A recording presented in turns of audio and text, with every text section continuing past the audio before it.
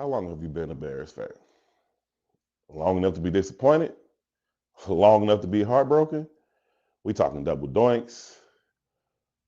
We talking 73 quarterbacks in 15 years. How long have you been a Bears fan? How long have you suffered? How long have you been loyal? How many times have you turned your TV on Sunday at noon, hoping for a win, hoping for a good Sunday, and it just don't go your way? How many times has that happened to you? How long have you endured this? If it's as long as I have, or longer, or even if it's a little shorter, you've earned the right to celebrate what's happening right now. This whole conversation about house money, we're a year early, and I'm gonna wait till next year to be happy. Ain't no next year, man. They good right now. That's all we know. We don't know if they're gonna be good next year. We thought the same thing in 2018, 2019. They were terrible. Haven't done nothing since. As a Bears fan, it is your right. It is your duty. You are owed fan reparations for having been a Bears fan as long as you have. While they are good, while you can say we are in the first place of our division and in first place of our conference, soak that up. Enjoy that. Talk crazy to all your other friends that's not Bears fans. Put on your Bears gear. Go outside, be happy. Don't temper the emotions. We're not the Kansas City Chiefs. We're not the Patriots of the early 2000s where we're like, oh, I'll wait till next year. It might not be no next year. You are a Bears fan. They 9-3. They're in first place. Celebrate now.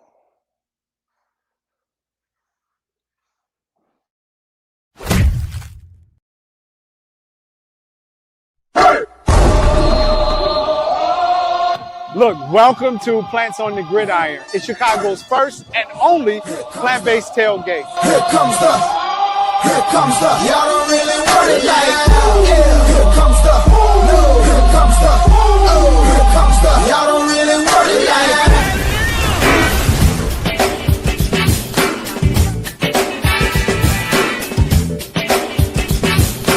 Bigger world, baby.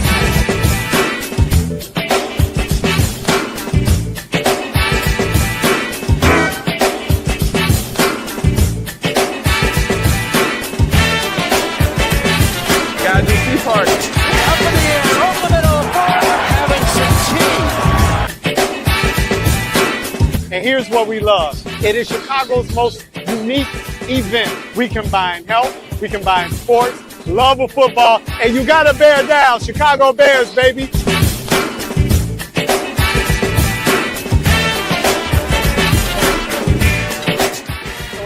Awesome to see the community coming together and just enjoying some really good plant-based food. There's people here that are meat eaters, there's people here that are fully plant-based, and we can come together as a community and just really have an impactful event.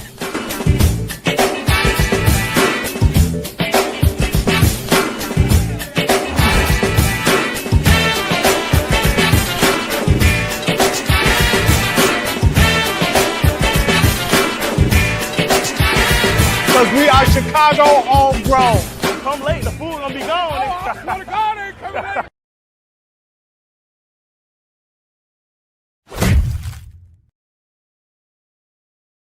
I am the Sumo, Morgan Park, and I'm rocking with the Bigs. Yeah, this is Jason Kidd, and we're rocking with the Bigs. I'm Chris Bryant from the Chicago Cubs, and I'm rocking with the Bigs. What's up, y'all? This is Kyrie Irving. You're tuning into the Bigs. What's happening is Dame Lillard, a.k.a. Dame Dollar, and I'm rocking with the Bigs. What's up? This is D Rose, and I'm rocking with the Bigs. This is Mark Cuban, Dallas Mavericks. You're rocking with the Bigs.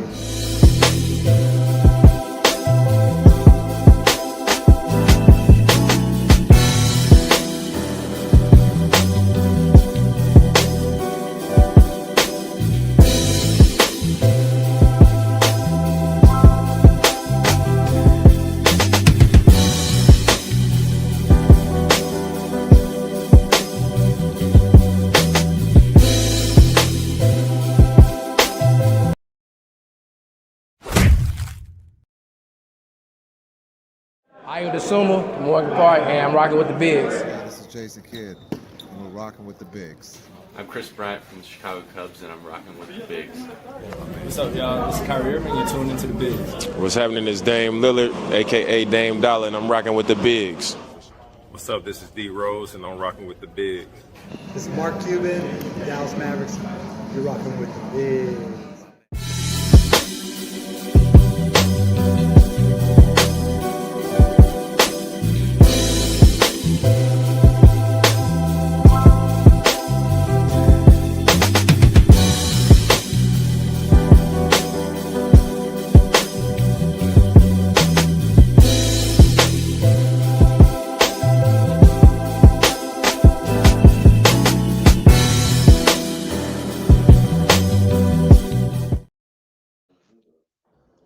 Welcome back to the Herb Howard Show. We are live from inside the big studios.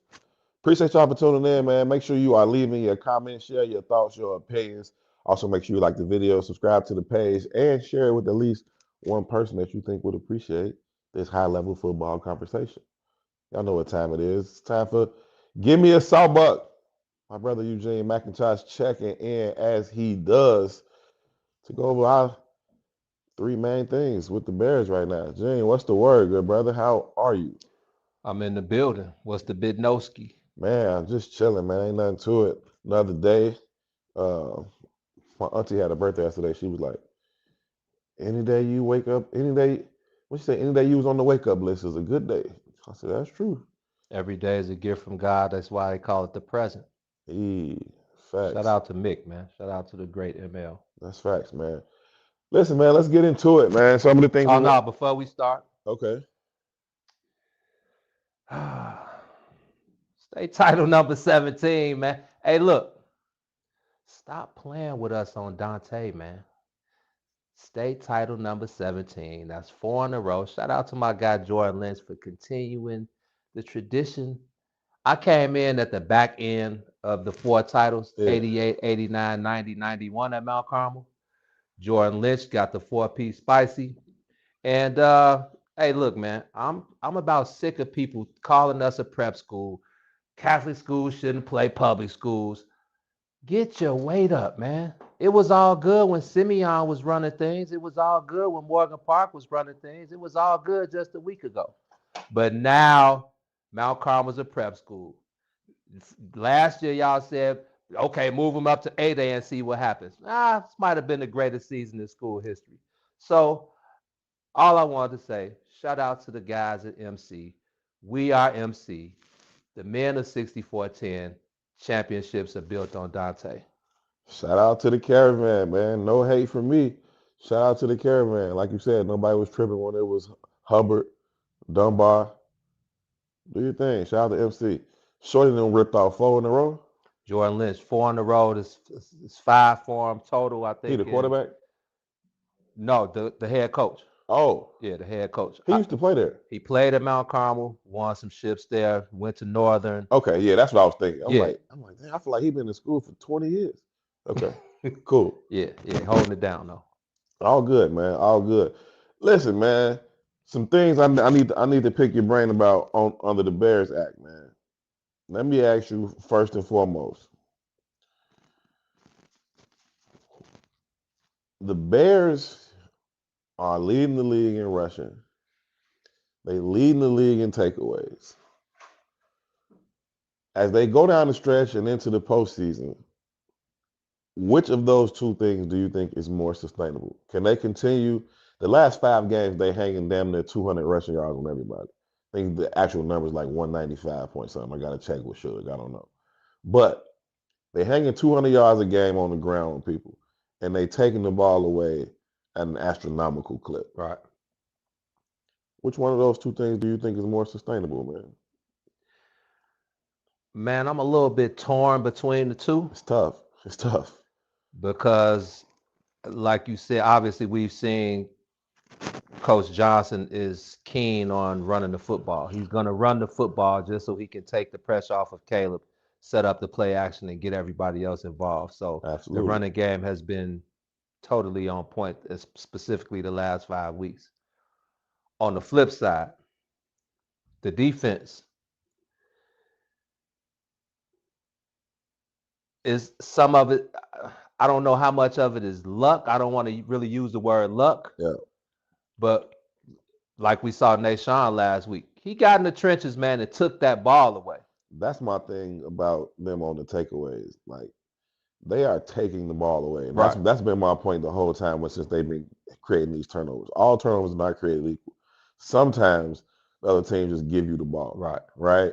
The ball pop in the air, somebody drop it, it pop in the air, or the quarterback slip out his hand or whatever. He make a stupid throw it right to the other team. Right. These aren't the takeaways the Bears get. They are taking the ball from people. They are understanding route concepts. They breaking on throws. They snatching the ball out of ball carriers' hands. They hitting people and making it come out. Like, because of that, like, I think the turnovers and the takeaways, I think that's sustainable. I'm going to go with the running game because the takeaways are still predicated on other things. 100%. It's still predicated on the other team. And, 100%. you know what I'm saying? Like, how you take the ball away from them or how susceptible they are to turnovers, but also game flow. If once you get a lead, you know they're going to throw the ball, you get more opportunities. If you don't have that, you won't have as many opportunities. So because of that, my bad. Because of that, right, I'm going to say the running game because I think all you need to sustain that is for one, coach to continue to call it, the offensive line to continue moving people like they were moving people in Philly, and those two running backs keep doing what they're doing. So it's close because I do think they can continue to. I do think they will continue to take the ball away. But if I had to choose one, I would say running game. I think I'm gonna go with the running game as well. But again, like you said, it's predicated on the other team. And I feel like as they get deeper and deeper into the season and they make this playoff push and they get into the tournament, teams are not gonna be. I feel like they'll protect the ball more. Yeah. You'll have better quarterbacks. You'll have better receivers. You'll have guys that are gonna make less mistakes. Yeah.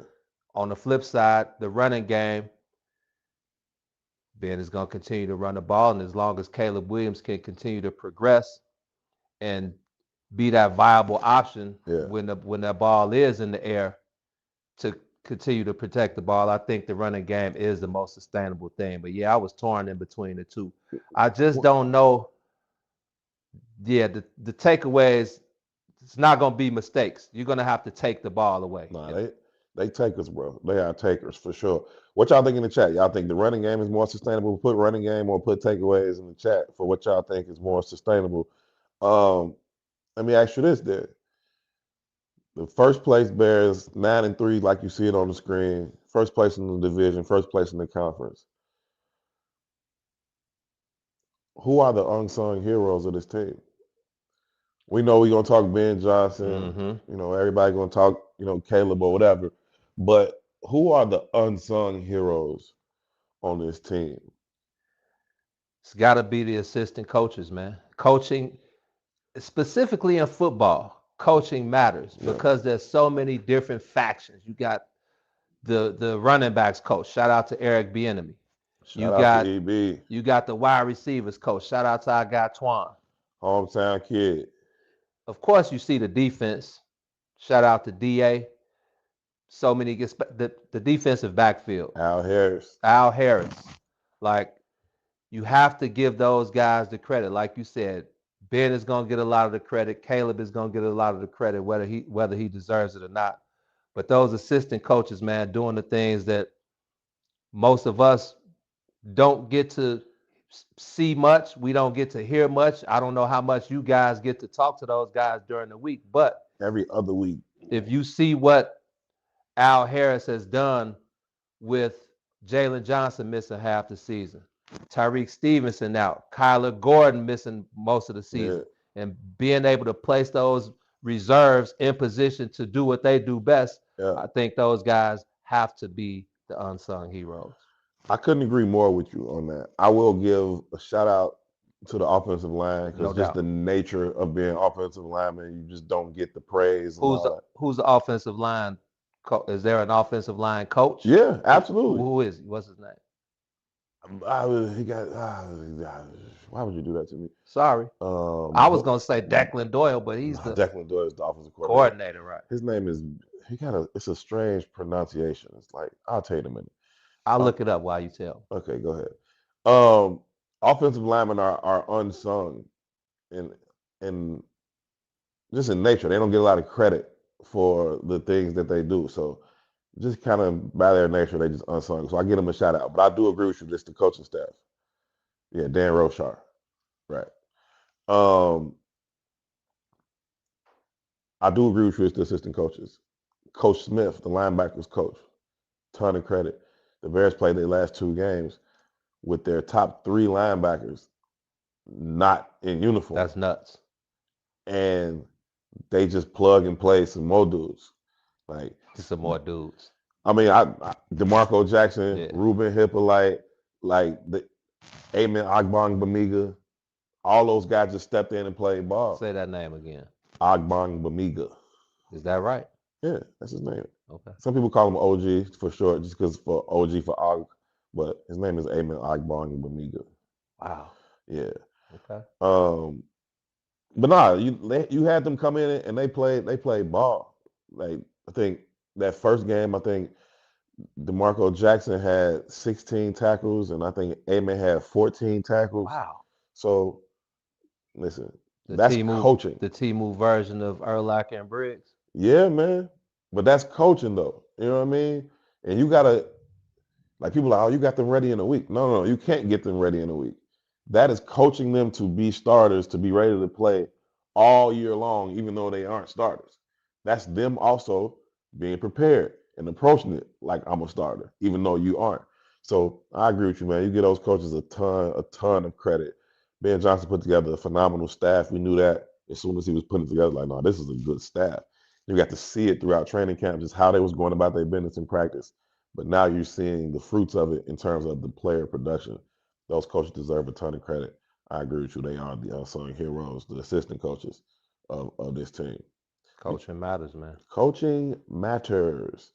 All right, man. We got the Green Bay Packers coming up this week. The Bears are going to Lambeau, the frozen tundra. That's what I meant to say, too, when we talk about the running game. 'Tis the season for the running game. Right. The weather changes. It get cold. The Bears don't have any more indoor games. They go into Lambeau. They come home for 2 against the Browns, and then the Packers. They go to San Francisco. It shouldn't be cold out there, but it's still outside. Yeah. And then they come back home to host Detroit. When the weather changes, especially in Chicago or Green Bay, you got to be able to run the ball. The passing game don't work as well. That ball, trust me, it gets a little heavy. That thing gets frozen. It gets slick. It's not a game. So you got to lean on the running game. But they go into the frozen tundra nonetheless. Me and you will be in the building. And before I ask you who you think gonna win, if the Bears win, do you think the rivalry is then restored? Because for a while I've been like, ain't no rivalry. Don't call it a rivalry. A rivalry got to go both ways. Everybody got to win a little bit in the rivalry. The Packers been beating the Bears' ass for 30 years. Ain't no rivalry. Ever since the Falcons sent Brett Favre to Wisconsin, the Packers been beating the Bears' ass the majority of the time. Belt to ass. Lovie Smith had like a 500, maybe a little bit better than 500 record against them. Everybody else, belt to ass. So no rivalry there. I talked about the landlord when the Steelers was coming and Aaron Rodgers had his reign of terror over the Bears. Brett Favre had the same thing. So is it restored if the Bears go up there and win? The Bears, remember now, the last game of the year, I know. The Bears went to Lambeau and won. Okay. They split last year. Okay. If they go up there and win on Sunday, they will get at least a split this year. So we guaranteed a little bit back and forth. Is the rivalry restored? Plus, you had Ben Johnson in his introductory press conference say, hey, I've enjoyed smacking Matt LaFleur around as offensive coordinator for the last 2 or 3 years. Matt LaFleur is the Packers head coach. What did Red's pops tell Debo? You want some of this, old man? No. No. It is not restored, brother. I know it's a new regime. I don't know why you come over here messing with these people. I don't know why y'all coming over here messing with these Packers, man. No, it's not restored. I know Ben wasn't here. I know it's his first year. I know this is only Caleb's second year. If they do win this weekend and just split, we'll be 2-2 in the last 4. No. We need to come out on the other side, and we need to run off 8, 9 in a row before the rivalry is restored. Until then, the Green Bay Packers still own the Chicago Bears. And let me read this to you. Doing a little Micah Parsons knowledge last night. Micah Parsons. He says, and I quote, "Rivalries are for the people. It's for the fans. For me, it's just going out there and just dominating. I just don't like them because I just see like the disrespect. I play for respect. You know how to earn someone's respect? It's beating the shit out of them." End quote. So I agree to an extent. With certain rivalries, you just don't know until you're in it. He ain't never been in it. Right. This is gonna be his first Bears-Packers game. His Cowboys-Eagles rivalry got a little taste of it. Yeah, but he just got there. True. And the Eagles been smacking the Cowboys All since around. he been there. True. They done been to 2 Super Bowls. This is 4th, 5th year. The Eagles done been to 2 Super Bowls in that time. He only been in the league 4 or 5 years. Yeah, his contract was up. That's why he ended up in Dallas. That's why he ended up in Green Bay. Dallas wasn't trying to come up off that bread. Wow. They couldn't agree. So yeah, this is his 5th year. Okay. He's the only player in NFL history to have at least 12 sacks in each of his first 5 seasons. That's why it seems like he's been around forever. He is an absolute monster. He's a dog. But he don't know what this rivalry is. And I've talked to many Bears players that come in from somewhere else and they're like, I don't get whatever. It's just a game. I don't know nothing about it. And then they play it and they're like, nah, this is crazy. Then they like, I hate them. And woo up and down. It's like, yeah, it's a different thing. I don't know what it is about it. It's Duke, Carolina in college basketball. It's the Pittsburgh Steelers and Baltimore Ravens. It's some rivalries are just different. And Bears, Packers certainly qualify. Ohio State, Michigan. Yeah.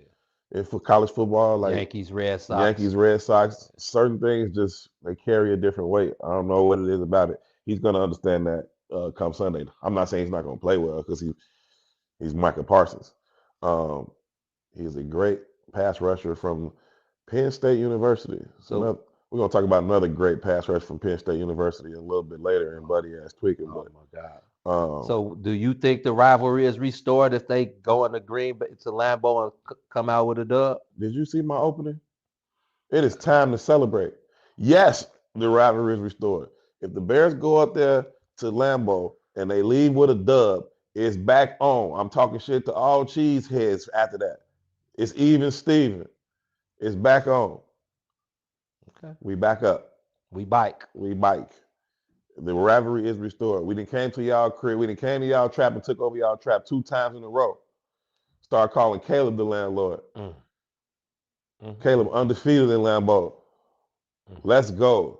I'm up with it. Let's go. Watch. When we go up there, the Bears win. I'm walking right in the locker room to Caleb and calling him the landlord. I'm giving him the key to Lambeau. Wow. I'm gonna make a key and give it to Caleb. This is your house. Don't ever let nobody take over. This is your crib now. Not Justin Fields? No, Justin Fields didn't take care of business like that. He didn't have a good team. Okay. Why y'all do that? Why? You know I don't like when everybody bring up Justin Fields when I'm talking about Caleb. What's wrong with you, man? Get out. This is the end of your segment. We got to go. When we come back. Hey, man, I didn't give my prediction. I don't care about your prediction. Okay. You just pissed me off. Okay. Who you think gonna win? Reverse psychology, man. We back. We back to the reverse psychology. Packers 24, Bears 21. Packers 24, Bears 21. Under the reverse psychology. Reverse psychology. Big dubs. Big dubs for the Bears. I need a score, huh? Let's see.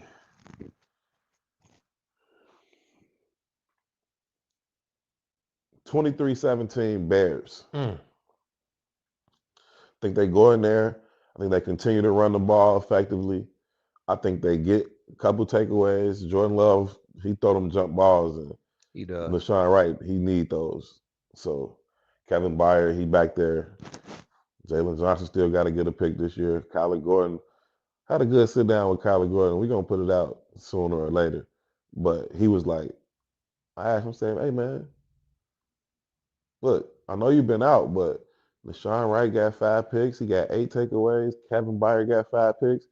Is you going to catch up? Is you going to get in this race? He's like, I ain't got no choice. I got to get in the race somehow. So Kyler Gordon, go get you one, man. Bears, 23-17. The rivalry is restored. I don't care what he says. Injury report before we go? We won't know until practice is over today to find out. TJ Edwards has practiced all week, so he should be back. That's the most notable one. Tyreek hasn't, so he's probably going to be out unless he goes today. So, by the end of today, we'll have a better idea of who's likely and who's unlikely to play on Sunday. Either way, Bears walk in their trap, take over their trap. 23-17. Got to take a break. When we come back, take y'all around the league, some of the key games that I will have my eye on this weekend. It's the Herb Howard Show. Appreciate y'all for tuning in.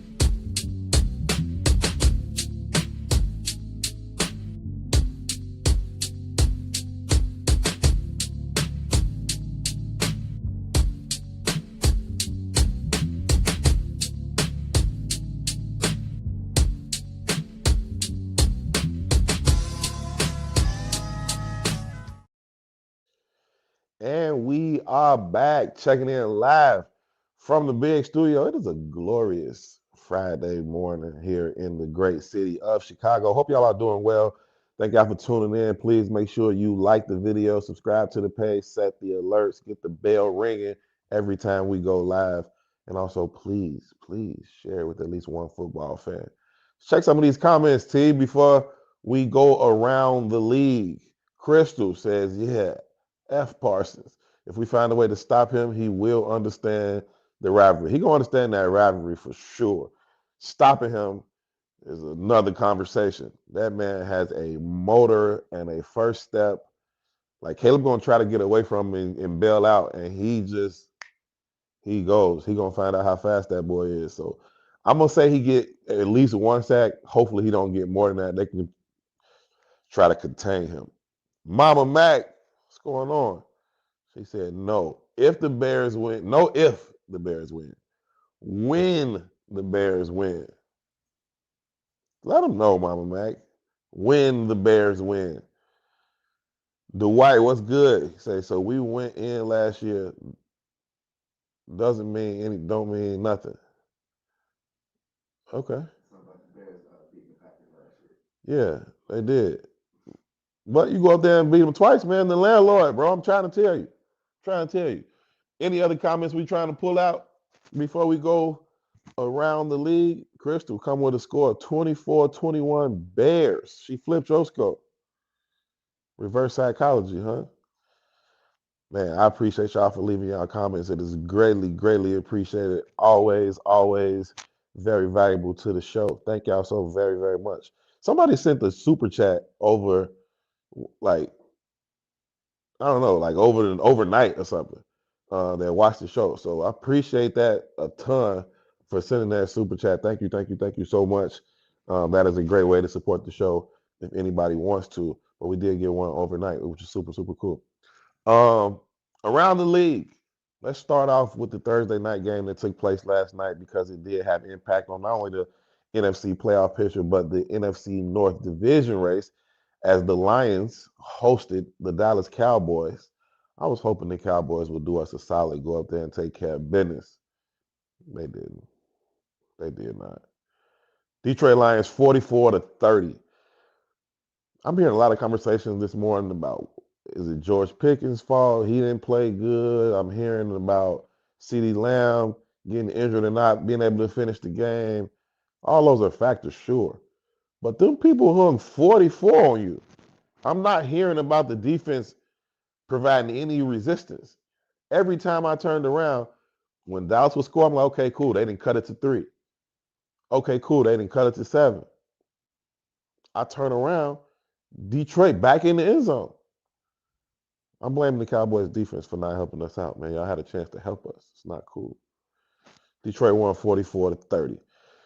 Coming up this weekend, some big games, man. We talked about the AFC South earlier this week and what's going on with the Colts, the Texans, and the Jacksonville Jaguars. The Jags will welcome in the Indianapolis Colts to Jacksonville. It's going to be a huge game, not only for the AFC South, but for AFC playoff seeding. I will have my eye on that. Shout out to the Jags for being relevant this late in the season. The Steelers and the Ravens, that rivalry that I just referenced a minute ago, that's going down this weekend. The Steelers at the Ravens, they both need a dub. I think they got identical records. Trying to figure out who's going to win the North. That's their only pathway to it. They can't. Neither one of those teams are going to be able to get a wild card spot, so they got to win the division. That's going to be a huge game. I think the Ravens will probably pull that one off. The Texans going to Kansas City. Can the Chiefs find a way to salvage their season? Can they get back in this thing? I see you shaking your head, Gino. I don't know about that. I think that reign might be over, man. I think the Texans walk in their trap, take over their trap. Give me C.J. Stroud and them boys going to Arrowhead and leaving with a dub. Last game on my radar, the Eagles going out west to SoFi, play the Chargers. 2 should be playoff teams. The Eagles got to find a way to get back on track. Bears smacked them. Cowboys smacked them. They got to find a way to get back on track. And I don't know if going to L.A. and the Chargers is the way to do it. The Bears hung 250-some rushing yards on them people. They had 2 guys go for $1.25 apiece. The Chargers, with Jim Harbaugh, they like to get off the bus running the football. If the Eagles' run defense doesn't get any better, the Chargers will run all over them. And Jalen Carter is out. Shout out to the Bears' offensive line. They beat that boy into surgery. He had to go get both his shoulders surgically repaired because of whatever the Bears was doing to him last Friday night, a week ago today. Moving that boy all around, put him right in the OR. Hope you would get a speedy recovery. I don't like to see nobody hurt, but shout out to the Bears for leaning on that boy. That is around the league. We got to take one final break. When we come back, somebody is wilding. My favorite segment, Buddy Ass Tweaking, coming up next.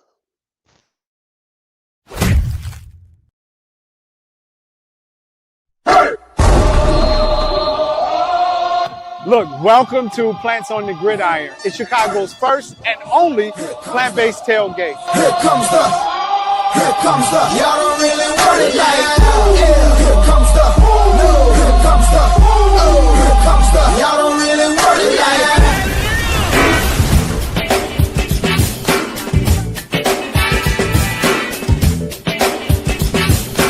Vegan world, baby.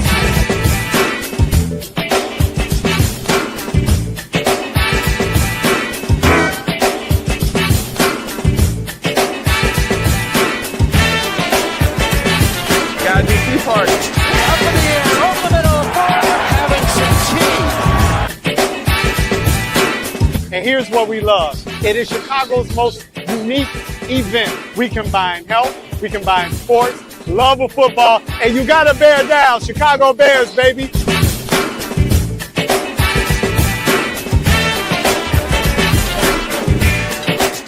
it's so awesome to see the community coming together and just enjoying some really good plant-based food. There's people here that are meat eaters, there's people here that are fully plant-based, and we can come together as a community and just really have an impactful event.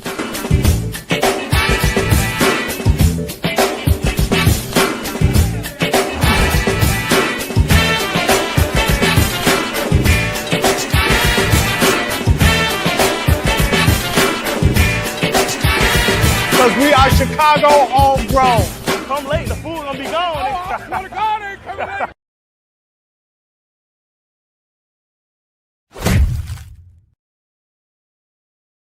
I am the Sumo, Morgan Park, and I'm rocking with the Bigs. Yeah, this is Jason Kidd, and we're rocking with the Bigs. I'm Chris Bryant from the Chicago Cubs, and I'm rocking with the Bigs. What's up, y'all? This is Kyrie Irving, you're tuned into the Bigs. What's happening is Dame Lillard, a.k.a. Dame Dollar, and I'm rocking with the Bigs. What's up? This is D Rose, and I'm rocking with the Big. This is Mark Cuban, Dallas Mavericks. You're rocking with the Bigs.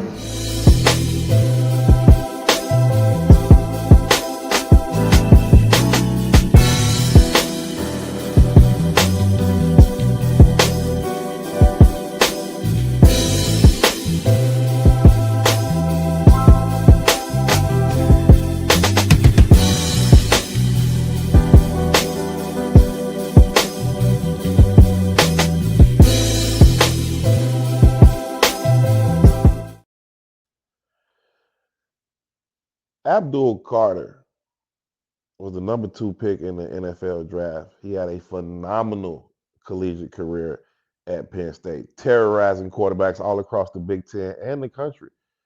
A lot of people compared him to Michael Parsons because they both went to Penn State. They both wore number 11, and they have similar builds. I know we were just talking bad about Michael Parsons and saying F him, and I agree with you on that, Crystal. But I can't put this kind of smut on Michael Parsons' name. Sir Beatoff, a.k.a. Abdul Carter, was held out of the first quarter of the New York Giants' last game. Why, you ask? During team meetings, when he's supposed to be studying, watching film, listening to the coach, Sir Beatoff is in the back on his phone watching porn. Sir, you in the National Football League. You can have your way if you want to do that. Outside though, G, like what is like as soon as you leave here, you got your pick of New York City. You can't focus for a couple hours. You in the back of the team meeting watching pornographic material. And dig this. They say this is the second time they didn't caught Buddy doing this. I don't know if his AirPod died, if his string came out the phone, but all of a sudden they hear pornographic sounds coming from the back of the room out this man's phone. Hey, knock it off, man. You trying to beat it off. Knock it off, bro. We at work right here. What is wrong with you? Abdul Carter, your ass is tweaking. I don't want to hear no more about this, man. I don't want to hear no more about this. Better not happen no more, man. Freak off. We got to go. Appreciate y'all for tuning in, man. I thank every single one of y'all for tuning in, for sharing, for commenting. Please like the video before you get out of here. That greatly, greatly helps us. Huge shout out to the team. P.I. doing all the hard work behind the camera. The boss man, Terrence Tomlin. Not really yelling that much today, and I'm grateful. I'm grateful. Of course, Eugene McIntosh giving me a SAWBUCK checking in. Shout out to Suge on the stats, way behind the scene. Happy B-Day to Desto. Respect the shooter. Greatest photographer in the game. It's actually Suge's birthday, too. Happy B-Day to Suge, too. I usually tell him on the 4th. For whatever reason, I used to tell him on the 4th when we was younger. I was getting his birthday confused with Jay-Z's, I think. And so I would tell him that. So now I just always tell him on the 4th just to be facetious. Happy birthday to you, Suge. Shout out to you, my brother. We got to go. We will check in after the Bears walk into Lambeau and take over Lambeau. The rivalry is restored. Caleb, the landlord, y'all be good to each other. Peace.